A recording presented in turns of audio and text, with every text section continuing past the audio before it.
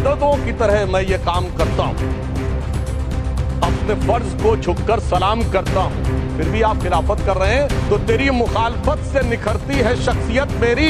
मैं सियासी दुश्मनों का भी बहुत एहतराम करता हूं। सभापति महोदय, एक हिंदी में कहावत होती है, नया मुल्ला प्याज ज्यादा खाता है, परंतु यहाँ तो जो गैर मुल्ला प्याज बहुत खा रहा था और इतना खा रहा था कि आंसू निकल रहे थे गरीब मुसलमान के भी और देश के भी।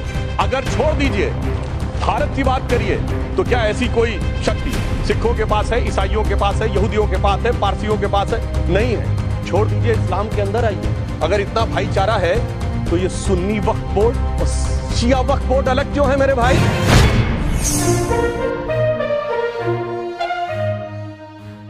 मंत्री किरण रिजिजू जी का मैं बहुत इस्तकबाल करता हूं। जब वक्त के ऊपर हम बात कर रहे हैं, वक्त की रुखसती का वक्त आ गया है और नई वक्त की नई सुबह होने का वक्त आ गया है। अगर हमें इस पे बात करनी है तो मुझे चार दृष्टि से बात करनी पड़ेगी। एक, इस बिल के तकनीकी प्रावधान जिस पे बहुत सारे लोग बहुत कुछ बोल चुके हैं।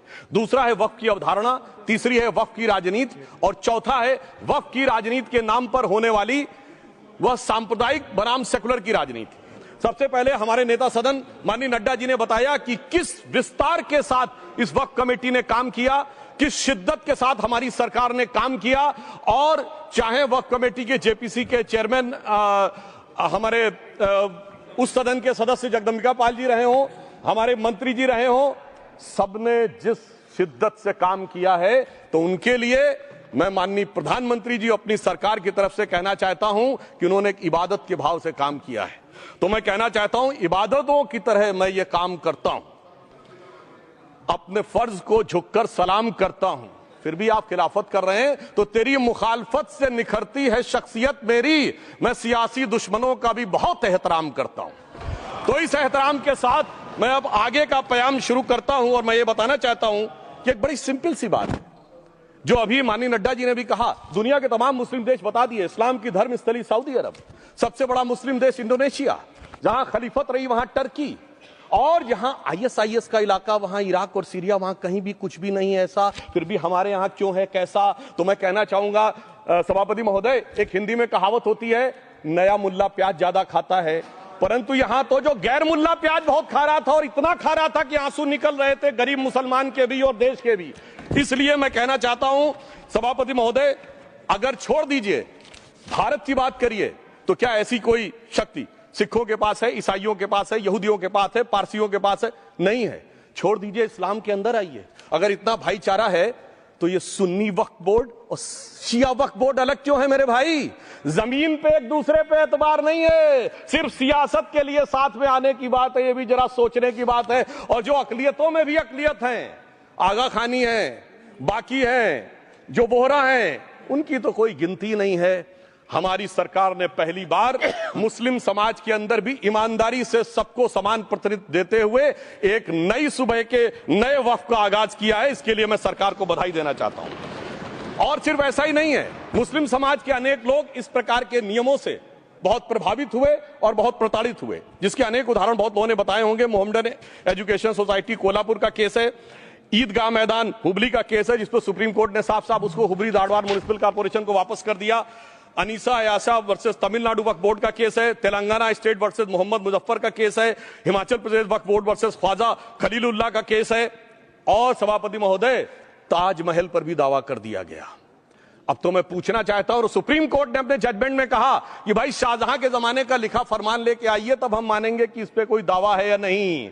आप सोचिए कि अगर ये वक्त का कानून इसी ढंग से चला होता तो क्या होता। अभी हमारे जॉन ब्रिटास जी और मनोज झा जी ने बहुत सारी बातें बोली थी। एक प्यास की बात बोली थी उन्होंने, उड़ीसा के ग्राहम स्टोन्स का जिक्र किया था, तो उसमें तो कांग्रेस की सरकार सीबीआई की इंक्वायरी नहीं कर पाई थी। मगर जब ताजमहल का उल्लेख आता है सभापति महोदय, तो एक प्यास मुझे याद आ जाती है। जब शाहजहां जेल में था और दूर से उस ताजमहल को देखता था और उसे सिर्फ एक सुराही पानी मिलता था और उसने औरंगजेब से कहा एक सुराही पानी और भिजवा दो, तो जानते उसने मना कर दिया। तो दुखी होकर शाहजहां ने फारसी में लिखा, ए पिसर तू अजब मुसलमानी, जे पिदरे जिंदा आप तरसानी, आफरीन हिंदुआन सदबार, जे देहंद पिदरावा मुर्दा देवम आप। मतलब तू कैसा मुसलमान है जो जिंदा बाप को पानी के लिए तरसा रहा है? तुझसे तो आफरीन 100 बार उन हिंदुओं को है जो पितृपक्ष में मरे हुए बाप को भी पानी देते हैं।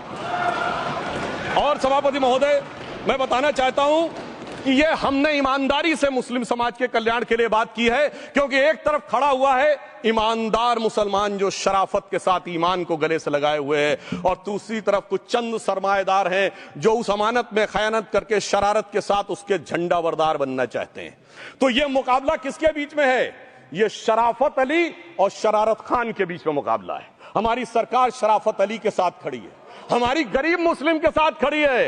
ये गरीबों गुर्बत वाले गुर्बत अली और सरमाएदारे वाले गाजी खान के बीच का इलाका है।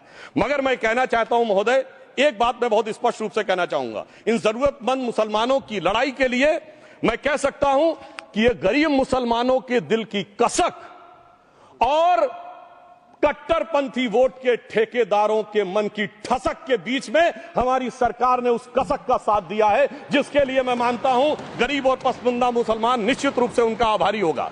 हां, मगर जब इसकी बात आती तो भी माननीय खड़गे जी भी बोल रहे थे, माननीय संजय सिंह जी भी बोल रहे थे, मनोज झा जी भी बोल रहे थे कि साहब आपके यहां वो कितने पुजारी हैं और कितने किस वर्ग के पुजारी हैं। तो मैं उनको बताना चाहता हूं, केवल अकेले जूना अखाड़े ने पिछले साल 71 SC ST लोगों को महामंडलेश्वर बनाया है। अरे आपको हमारे सदन में बैठे हुए बाल योगी उमेश नाथ जी नहीं दिखते? वैसे तो कहा जाता है जात ना पूछो साधु की, मगर मैं बताना चाहता हूं विश्व हिंदू परिषद के 50,000 से अधिक पुजारी ट्राइबल्स में जो शेड्यूल कास्ट है जो काम कर रहे हैं। मगर मैं हद अदब से पूछना चाहता हूं, बताइए मुल्ला मौलवी मुफ्ती मुकर्रम बारी हाफिज में से कितने पसमंदा हैं?